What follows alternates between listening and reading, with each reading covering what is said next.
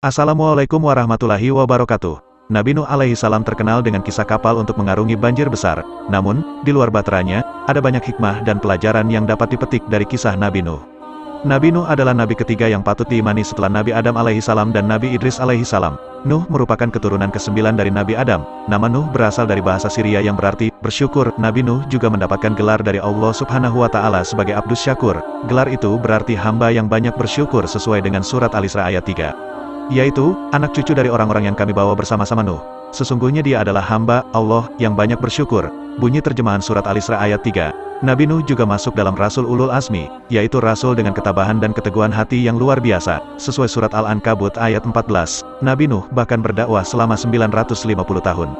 Nabi Nuh diutus oleh Allah Subhanahu wa taala untuk menyerukan ajaran Allah pada umat Bani Rasib yang menyembah berhala berupa patung-patung. Kezaliman di masa itu juga tengah meningkat pesat. Dengan kesabaran, Nabi Nuh mulai berdakwah kepada umatnya.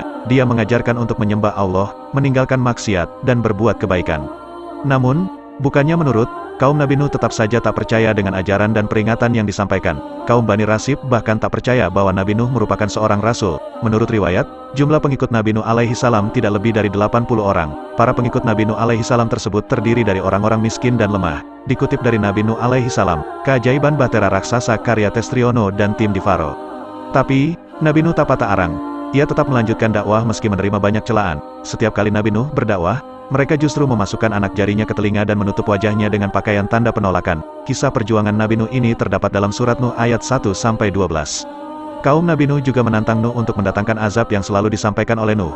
Mereka berkata, "Hai Nuh, sesungguhnya kamu telah berbantah dengan kami, dan kamu telah memperpanjang bantahanmu terhadap kami, maka datangkanlah kepada kami azab yang kamu ancamkan kepada kami, jika kamu termasuk orang-orang yang benar." Berikut bunyi terjemahan surat Hud ayat 32. Nuh lalu menjawab bahwa azab itu hanya bisa didatangkan oleh Allah. Allah lalu meminta Nabi Nuh tak bersedih dan tetap teguh pada pendirian. Nabi Nuh lalu berdoa agar Allah memberi hukuman pada orang-orang kafir tersebut. Allah lantas memerintahkan Nabi Nuh untuk membuat sebuah bahtera berupa kapal besar untuk mengangkut orang yang beriman beserta sepasang hewan. Allah menyebut orang-orang kafir itu akan ditenggelamkan. Atas perintah itu, Nabi Nuh mengumpulkan pengikutnya dan bergotong royong membuat bahtera dari kayu selama siang dan malam dalam beberapa tahun. Kerja keras Nabi Nuh ini juga mendapat cemooh dari orang-orang yang tercela. Setelah bahtera itu dibuat dan tanda banjir besar bakal datang, Nuh memerintahkan pengikutnya untuk naik ke kapal. Perlahan, air bah pun mulai menggenang menenggelamkan daratan. Maka kami selamatkan Nuh dan orang-orang yang besertanya di dalam kapal yang penuh muatan. Kemudian sesudah itu kami tenggelamkan orang-orang yang tinggal. Bunyi terjemahan surat Asy-Syu'ara ayat 119-120. Dalam orang-orang yang ditenggelamkan itu, termasuk putra sulung Nabi Nuh, Kanan dan istrinya yang durhaka. Nabi Nuh sempat mengajak Kanan naik ke atas kapal, tapi ia menolak dan yakin dapat menyelamatkan diri dari air besar itu. Nabi Nuh lalu menyadari bahwa cinta pada anaknya membuatnya lupa pada Allah. Nuh lalu memohon ampun kepada Allah dan mengikhlaskan anaknya yang meninggal dan masuk dalam golongan orang kafir.